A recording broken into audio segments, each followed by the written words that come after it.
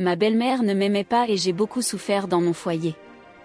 Les souvenirs de ces années me hantent encore aujourd'hui. J'étais jeune, pleine de rêves et d'espoir quand j'ai épousé Samba. Je pensais que l'amour pouvait tout surmonter, mais j'étais loin de me douter des épreuves qui m'attendaient. Ma belle-mère, Mariam, n'a jamais approuvé notre union. Elle m'a accueilli froidement dès le premier jour, me regardant avec des yeux perçants, comme si elle pouvait déjà prédire ce que notre mariage deviendrait. Mariam était une femme dure, qui avait élevé ses enfants seule après la mort de son mari.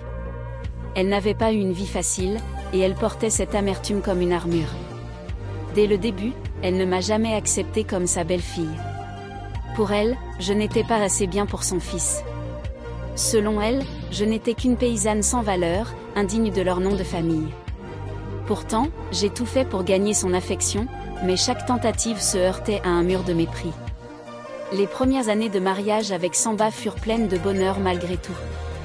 Nous étions un couple amoureux, et je croyais que rien ne pourrait entacher notre union.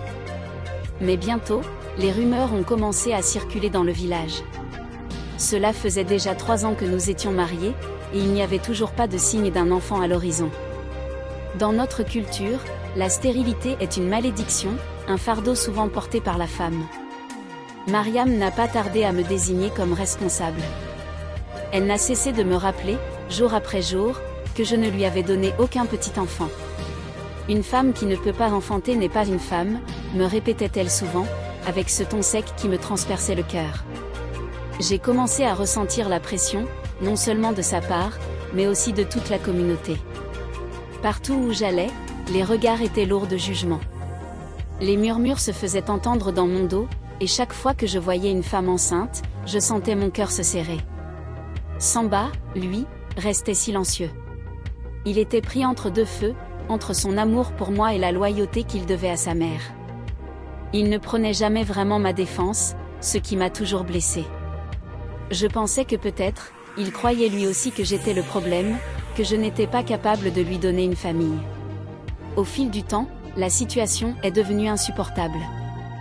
Mariam s'est mise à suggérer à Samba de prendre une seconde épouse, une femme qui pourrait lui donner ce que je ne pouvais pas. Elle ne me l'a jamais dit en face, mais je savais qu'elle poussait Samba dans cette direction. L'idée qu'il puisse épouser une autre femme me terrifiait. Je savais qu'à ce moment-là, je perdrais tout. Non seulement mon mari, mais aussi ma place dans cette famille. Un jour, Samba est venu me parler, le regard sombre et résigné. Il m'a dit que sa mère avait raison, qu'il devait envisager de prendre une seconde épouse pour assurer la lignée. Je n'arrivais pas à croire ce que j'entendais. J'avais tout donné pour ce mariage, tout sacrifié, et voilà comment il me remerciait.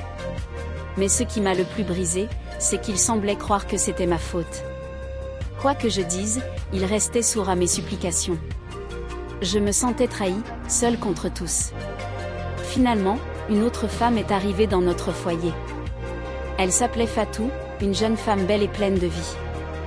Ma belle-mère l'avait choisie avec soin, persuadée que Fatou pourrait donner à son fils ce que je ne pouvais pas. La voir dans ma maison, près de mon mari, me déchirait le cœur. Mais je n'avais pas le choix. Dans notre culture, la première épouse doit accepter la seconde, ou bien partir. Et je n'avais nulle part où aller. Fatou est rapidement tombée enceinte, comme Mariam l'avait espéré. La nouvelle a été accueillie avec une joie immense dans la famille, tandis que je sombrais dans le désespoir. Je me sentais inutile, vide, comme si toute ma valeur en tant que femme s'était évaporée. Chaque jour, je voyais mon mari prendre soin de Fatou, s'occuper d'elle avec une tendresse qu'il ne me montrait plus. C'était comme si je n'existais plus à ses yeux. Mais ce que personne ne savait, c'est que Samba cachait un secret. Un secret qu'il n'avait jamais osé avouer, même à sa propre mère. Depuis notre mariage, je pensais que j'étais toujours stérile et un jour par curiosité et pour être sûre j'ai consulté plusieurs médecins, et tous étaient unanimes, c'était lui, Samba, qui était stérile, pas moi. Et j'étais choquée, il l'a toujours su, mais il n'a jamais eu le courage de l'avouer. Par fierté, par peur du jugement, il a préféré me laisser porter ce fardeau, me laissant seule face aux accusations de sa mère et de la société. Un jour, alors que Fatou était enceinte de 6 mois, la vérité a éclaté. Samba est tombé malade, gravement malade. Il a dû être hospitalisé d'urgence, et c'est à ce moment-là que son médecin a révélé son infertilité. Mariam était sous le choc. Elle ne pouvait pas croire que son fils, celui qu'elle considérait comme parfait, était en réalité incapable de concevoir un enfant. Elle s'était trompée sur toute la ligne, et en un instant, son monde s'est effondré. Quant à moi, je ne savais pas quoi ressentir. D'un côté, j'étais soulagée que la vérité soit enfin révélée. Mais d'un autre côté, la trahison de Samba était trop profonde. Il m'avait laissé souffrir pendant toutes ces années, sans jamais dire un mot. J'avais perdu mon amour-propre, ma dignité, tout cela pour protéger son secret. Mais maintenant que tout était à découvert, je me demandais si notre mariage pouvait encore être sauvé. Mariam, désormais dévastée par la vérité, a tenté de se racheter. Elle a essayé de me demander pardon, mais c'était trop tard. Le mal était fait, et rien ne pouvait effacer les années de douleur que j'avais endurées. Fatou, quant à elle, était dans une situation délicate. Elle portait un enfant qui n'était pas de Samba, et cela risquait de détruire sa réputation. Pourtant, elle ne montrait aucun remords. Elle avait accepté cette situation en connaissance de cause, pensant qu'un enfant pourrait cimenter sa place dans la famille. Samba, affaibli par sa maladie, n'avait plus l'énergie de se battre. Il a reconnu ses torts, mais ses excuses semblaient creuses. Comment pourrais-je lui pardonner après tout cela? Après m'avoir laissé endurer l'inimaginable, simplement pour préserver son ego? J'étais à un tournant de ma vie, où je devais décider si je voulais rester dans ce mariage ou enfin m'en libérer. Les jours ont passé, et tandis que Samba luttait pour sa santé, je me suis lentement reconstruite. J'ai repris contact avec ma famille, ceux que j'avais éloignés à cause de ma honte. Avec leur soutien, j'ai trouvé la force de demander le divorce. C'était une décision difficile, car malgré tout, une partie de moi aimait encore cet homme. Mais je savais que je méritais mieux. Je méritais une vie où je serais respectée, aimée pour ce que je suis, et non jugée pour ce que je ne peux pas contrôler. Aujourd'hui, je suis libre. Libre de vivre ma vie sans les chaînes de la culpabilité, sans les jugements de ma belle-mère. Samba est toujours en convalescence, et je lui souhaite le meilleur. Fatou a quitté la maison, emportant avec elle l'enfant qu'elle croyait être la clé de son bonheur. Quant à Mariam, elle vit avec le poids de ses erreurs, consciente que son fils n'est pas l'homme parfait qu'elle imaginait. Ma souffrance m'a rendue plus forte, et même si je porte encore les cicatrices de ces années, je sais que je suis une femme complète, capable de surmonter n'importe quelle épreuve. Et maintenant, je me tiens debout, prête à affronter l'avenir avec une détermination nouvelle. Après avoir quitté Samba, je me suis retrouvée face à un vide que je n'avais pas anticipé. Même si la décision de partir avait été la meilleure pour moi, elle n'était pas sans douleur. Le vide laissé par des années de lutte, de douleur et d'amour désespéré m'a submergée. Mais je savais qu'il fallait avancer, ne pas se laisser happer par le passé. Ma première étape a été de m'éloigner du village. Trop de souvenirs, trop de visages me rappelaient ce que j'avais vécu. J'ai décidé de m'installer dans une autre ville, une ville où personne ne connaissait mon histoire, où je pourrais recommencer à zéro. C'était un grand saut dans l'inconnu, mais j'avais besoin de ce changement pour me reconstruire. Les premiers mois ont été difficiles. Je devais réapprendre à vivre seule, à ne plus dépendre de quelqu'un d'autre pour mon bonheur. Chaque jour, je me fixais de petits objectifs, trouver un travail, m'installer dans un nouvel appartement, faire de nouvelles rencontres. Petit à petit, ces petites victoires ont commencé à combler le vide en moi. J'ai trouvé un emploi dans une petite boutique de tissus. Ce n'était pas un travail prestigieux, mais il m'a permis de reprendre confiance en moi, de retrouver une certaine indépendance. Les journées étaient longues, mais le travail manuel m'aidait à ne pas penser à tout ce que j'avais perdu. Les clients étaient aimables, et les collègues m'ont accueilli sans poser de questions, sans chercher à connaître mon passé. C'était tout ce dont j'avais besoin. Au fil du temps, j'ai commencé à m'intégrer dans la communauté. J'ai rencontré des femmes avec des histoires aussi douloureuses que la mienne. Nous avons formé un petit groupe de soutien, où chacune pouvait partager ses peines et ses espoirs. Ces rencontres m'ont aidé à guérir. Je me suis rendu compte que je n'étais pas seule, que d'autres avaient surmonté des épreuves similaires, voire pires. Cela m'a donné la force de continuer à avancer. Pendant ce temps, les nouvelles du village me parvenaient sporadiquement. Samba, après avoir appris ma décision de divorcer, a sombré dans une profonde dépression.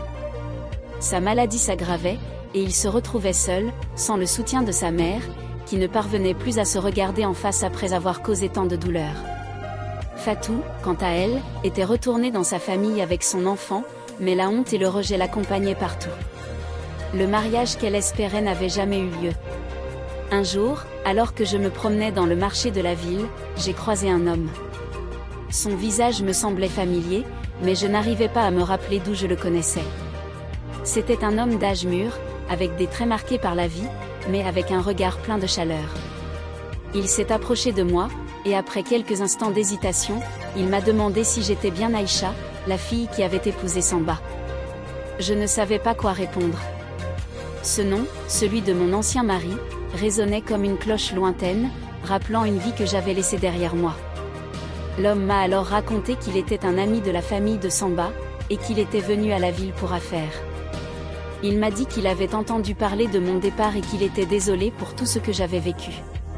Ce qui m'a surprise, c'est qu'il ne m'a pas parlé avec pitié, mais avec une sorte de respect. Il m'a dit que quitter une situation aussi toxique demandait beaucoup de courage et qu'il admirait ma force. Pour la première fois, j'ai senti que quelqu'un voyait au-delà de mon statut de femme stérile, au-delà de l'échec de mon mariage. Cet homme voyait la femme que j'étais devenue, une femme qui avait survécu. Nous avons commencé à discuter. Il m'a raconté des histoires sur le village, sur les gens que je connaissais autrefois, mais toujours avec cette bienveillance dans la voix. Il n'a jamais cherché à fouiller dans mes blessures, mais simplement à partager un moment agréable. Nous nous sommes séparés ce jour-là avec la promesse de nous revoir. Les jours suivants, je me suis surprise à penser à cet homme. Il y avait quelque chose en lui, une douceur et une compréhension que je n'avais pas ressentie depuis longtemps. Quand nous nous sommes revus, nos conversations sont devenues plus personnelles. Il m'a parlé de sa vie, de ses échecs, de ses réussites, et moi, pour la première fois, j'ai pu partager mon histoire sans ressentir de honte ou de douleur. Il m'a écouté, vraiment écouté, et cela m'a fait un bien fou. Avec le temps, notre relation a évolué. Ce qui avait commencé par une amitié est devenu quelque chose de plus profond. Je n'avais jamais pensé pouvoir aimer à nouveau après ce que j'avais vécu, mais cet homme, Amadou, m'a montré que l'amour pouvait être doux, qu'il n'avait pas besoin d'être synonyme de souffrance. Il m'a appris à faire confiance à nouveau, à ouvrir mon cœur sans peur. Amadou n'a jamais cherché à remplacer ce que j'avais perdu, mais il m'a offert un avenir. Nous avons commencé à envisager une vie ensemble, mais cette fois, les choses étaient différentes. Il n'y avait pas de pression, pas d'attentes impossibles à atteindre. Juste deux personnes qui avaient trouvé la paix l'une avec l'autre. Au bout de quelques mois, nous avons décidé de nous marier. Ce mariage était tout ce que le premier n'avait pas été. Simple, sans grande cérémonie, entouré seulement de quelques amis proches. Mais il était rempli d'amour, de sincérité et de promesses que je savais pouvoir tenir. Après notre mariage, Amadou et moi avons décidé de retourner au village, non pas pour revivre le passé, mais pour affronter ce que nous avions laissé derrière nous. Quand nous sommes arrivés, beaucoup de gens étaient surpris de me voir.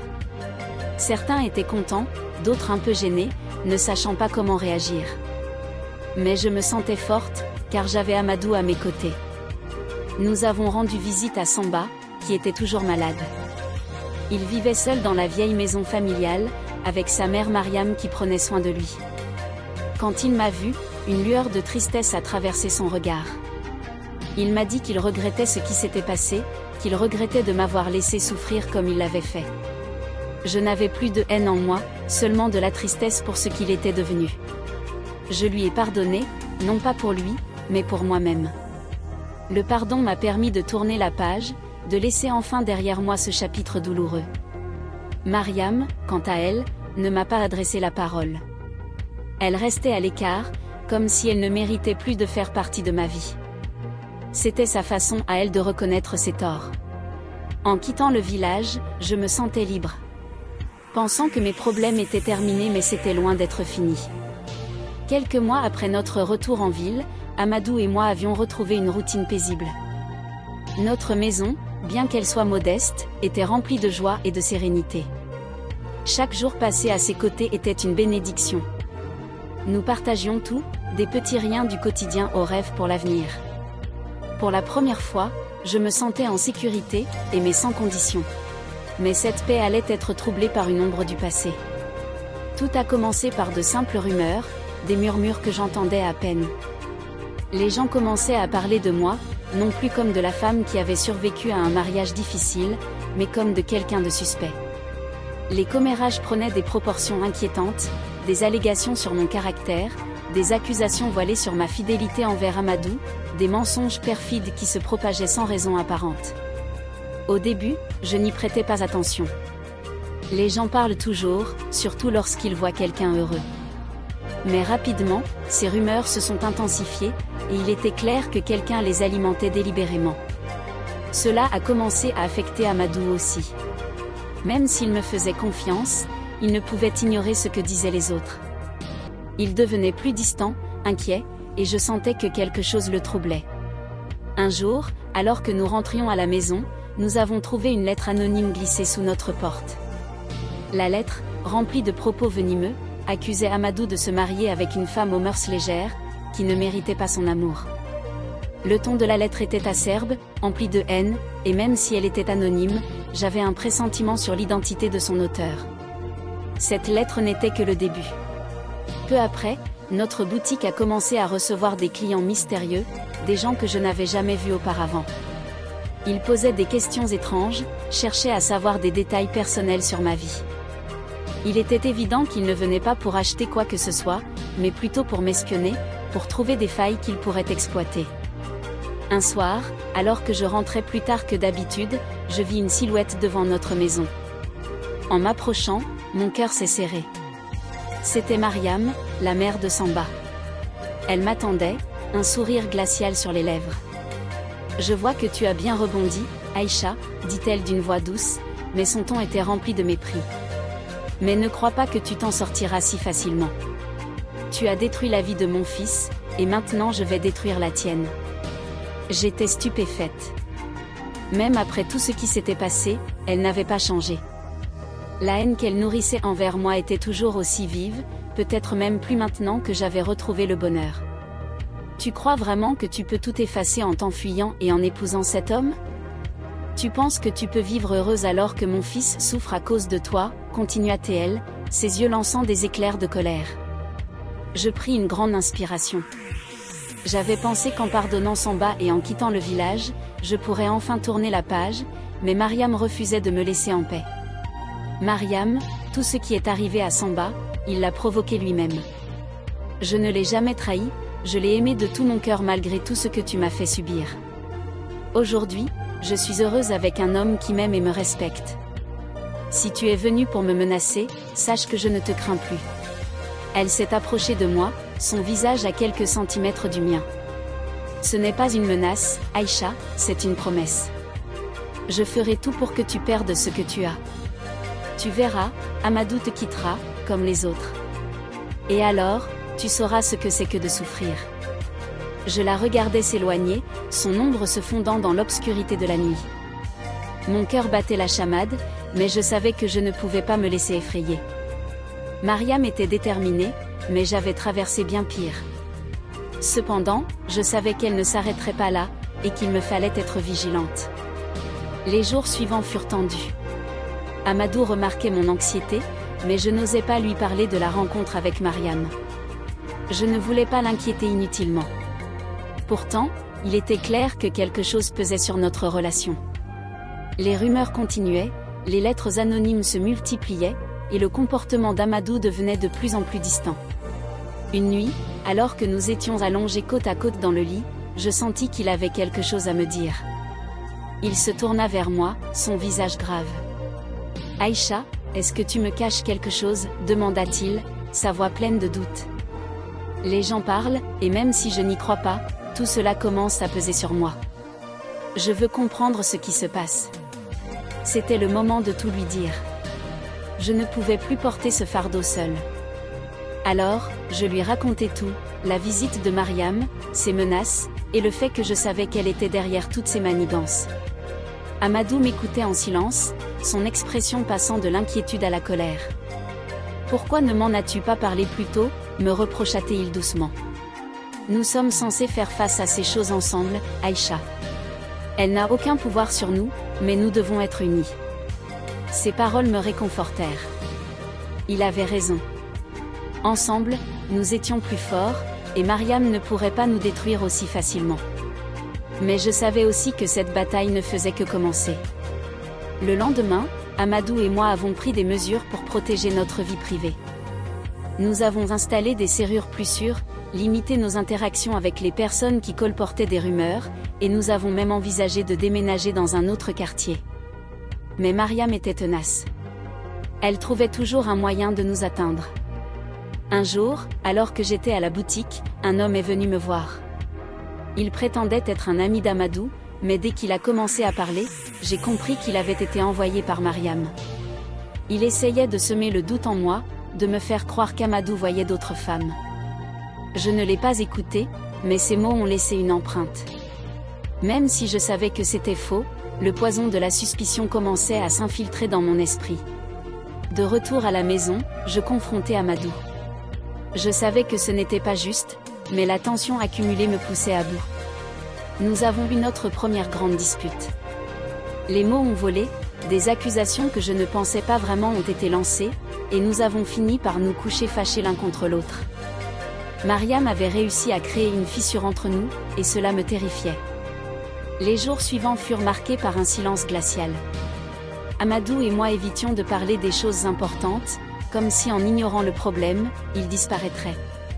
Mais je savais que nous devions affronter cela de front, sinon notre mariage, notre amour, en souffrirait. Un soir, alors que je réfléchissais à tout ce qui s'était passé, une idée m'est venue. Je devais affronter Mariam une bonne fois pour toutes, lui montrer que je n'avais plus peur d'elle, que ses tentatives de détruire ma vie étaient vaines. Mais pour cela, il me fallait des preuves, quelque chose qui pourrait la discréditer aux yeux d'Amadou et des autres. Avec l'aide d'une amie de confiance, nous avons monté un plan pour découvrir les manigances de Mariam. Nous avons fait semblant d'être des clients potentiels, intéressés par ses services, tout en enregistrant secrètement nos conversations. Mariam, croyant avoir affaire à de nouvelles alliées, s'est laissée aller à des confidences. Elle avoua sans détour être à l'origine des rumeurs, des lettres anonymes, et même des tentatives pour éloigner Amadou de moi. Quand j'ai écouté ces enregistrements, j'ai ressenti un mélange de soulagement et de tristesse. Soulagement, parce que j'avais enfin la preuve de sa culpabilité.